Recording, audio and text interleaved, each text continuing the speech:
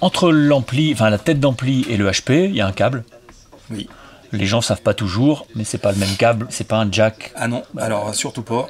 Surtout sur les amplis d'une certaine puissance déjà. Encore quand c'est un 5 watts, bon, tu prends un jack guitare, bon, ça fait le job, ça monte pas trop en puissance, ça peut le faire encore, mais bon, il faut pas le faire quand même. Hein.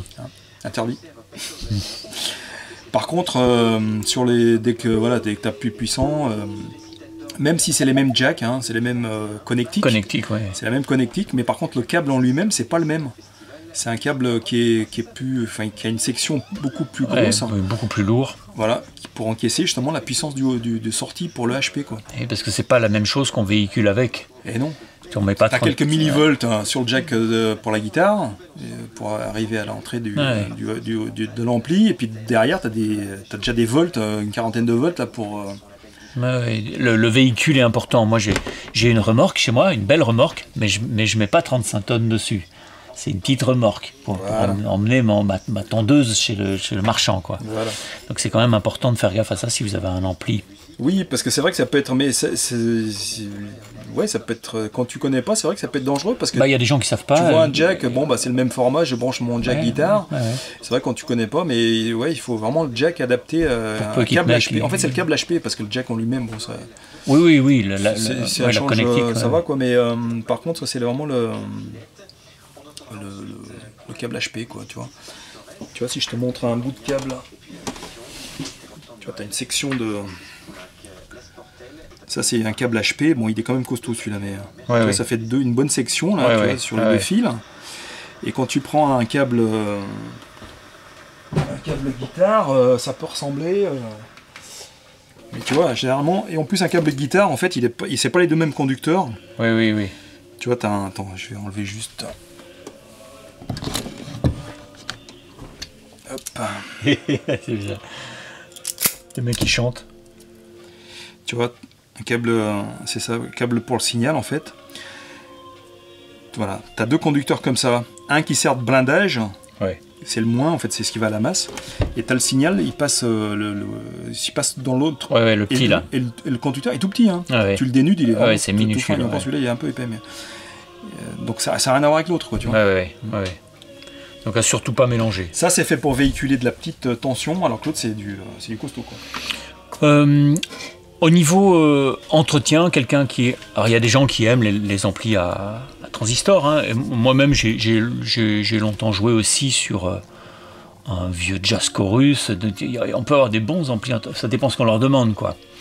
Mais quand on a clair, c'est pas mal. Ouais. En fait, le problème de ça dépend pourquoi faire. Hein. Voilà, c'est quand si tu essaies de faire saturer, là, c'est vilain. C'est pas très joli.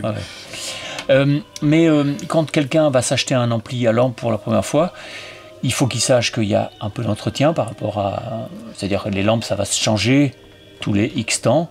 Alors, les lampes, bon, en général, je crois que c'est donné pour 5000 heures, un truc comme ça. Donc il y a quelques heures de vent quand même. Et encore, ça, c'est dans de bonnes conditions, parce que des fois, ça m'est déjà arrivé de tomber sur des vieux systèmes qui datent des années 60. Donc, tu vois, ça a 50, 60 ans. Et je veux dire, les lampes, bon, elles sont pas toutes neuves, hein, elles sont un peu feutrées, bon machin, mais ça fonctionne encore. Ça marche, dernier petit point. C'est plus fragile, par contre. Oui. Par exemple, au niveau des chocs, parce que c'est du verre, hein, donc c'est du verre, c'est du vide à l'intérieur. Donc si ça fissure, c'est poubelle. Hein. Donc c'est plutôt ça. Aussi, le conseil qu'on pourrait donner, c'est que si les gens font un concert ou une répète, faut attendre quand même que l'ampli il redescende en température avant de le mettre dans la bagnole à vibrer de partout, non? Ouais.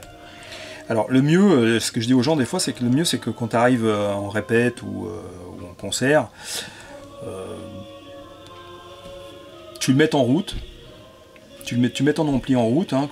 Pendant qu'il chauffe, toi tu fais le reste du câblage, tu branches ton pédalboard, ta guitare, machin bidule, Après, ça sert à rien de le laisser allumer pendant 1 heure. Hein. Franchement, au bout de 5 minutes, c'est largement suffisant. Et après, quand on l'arrête, c'est pareil, commencer par l'arrêter. Premier truc. On l'arrête et on range tout le reste. Comme ça, il a le temps de refroidir. Puis comme ça, on est bien, quoi. Plutôt que de l'arrêter à la fin, quoi. Comme ça a le temps de redescendre, parce que sinon les vibrations de la bagnole et les chocs que tu peux en transportant, c'est pas terrible. Après, il y en a aussi certains qui baissent le volume, mettent le volume à 0 avant de l'éteindre. Ça sert à rien. Ouais. Enfin, au pire, tu as un petit plug dans le HP, mais bon, ça va pas l'abîmer. Hein. Moi, on m'avait conseillé, quand il y a un stand-by, d'éteindre et de rallumer le stand-by pour vider les capas ou je sais pas quoi. Oui, alors... Ou les condos, non? Les condensateurs de filtrage, ouais. Quand tu as un stand-by, à l'arrêt, tu laisses le stand-by enclenché, en fait, et tu joues juste avec le on-off. D'accord. Tu laisses le stand-by. Tu laisses le stand-by et tu baisses juste le on-off, comme ça vide tout. D'accord. Puis après, tu le redescends après, 5 minutes après. Voilà. Bon, bah là, on est pas mal. On a quand même donné plein d'infos. Bah, je trouve que c'est bien parce qu'il y a plein de gens qui ont plein de questions là-dessus. Et au moins, là, on en entend parler par un mec dont c'est le job. Après, il faut aussi dire qu'il y a certains amplis qui n'ont pas de stand-by. Ouais. Donc, j'en connais quelques-uns, puisque j'en fais pas mal, en fait, sans... Par exemple, le Bullet 24, il n'a pas de stand-by. Ouais. Alors, le stand-by, en fait, c'est pas une obligation. C'est pas parce qu'il n'y a pas de stand-by sur un ampli qu'il est pourri. Ou c'est juste que... Même au contraire, ça peut être source de merdier parfois. Hein. Voilà. Moi, j'ai estimé, en plus, surtout quand il y a une lampe, quand c'est la lampe qui est rectifieuse, en fait, du moment qu'elle n'est pas chaude, la lampe de rectification, parce que sur le Bullet 24, il y en a une, en fait, le jus, il passe pas. Donc, il y a rien qui traverse les lampes. Donc en fait, comme tout monte en température en même temps, donc tout est à point au bon moment. Donc le stand-by n'est pas justifié, quoi. Et juste des fois, pour éviter, quand tu fais un branchement de pédale, tu ne veux pas entendre le bruit dans le machin, bon, à ce moment-là, tu tires un peu le jack de l'input. C'est ça. C'est pareil. Hein. Voilà. Ok. Donc synonyme, un ampli sans stand-by, c'est pas synonyme d'être un ampli cheap ou de mauvaise conception. Quoi. Non.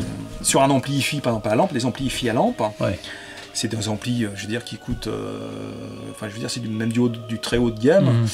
J'ai pas souvenir d'en avoir vu un avec un stand-by, alors que c'est le même genre de technologie. Hein, c'est une sorte de filtre et d'alimentation des lampes. Hein. Mais la technologie, l'alimentation des lampes, c'est kiff-kiff, quoi.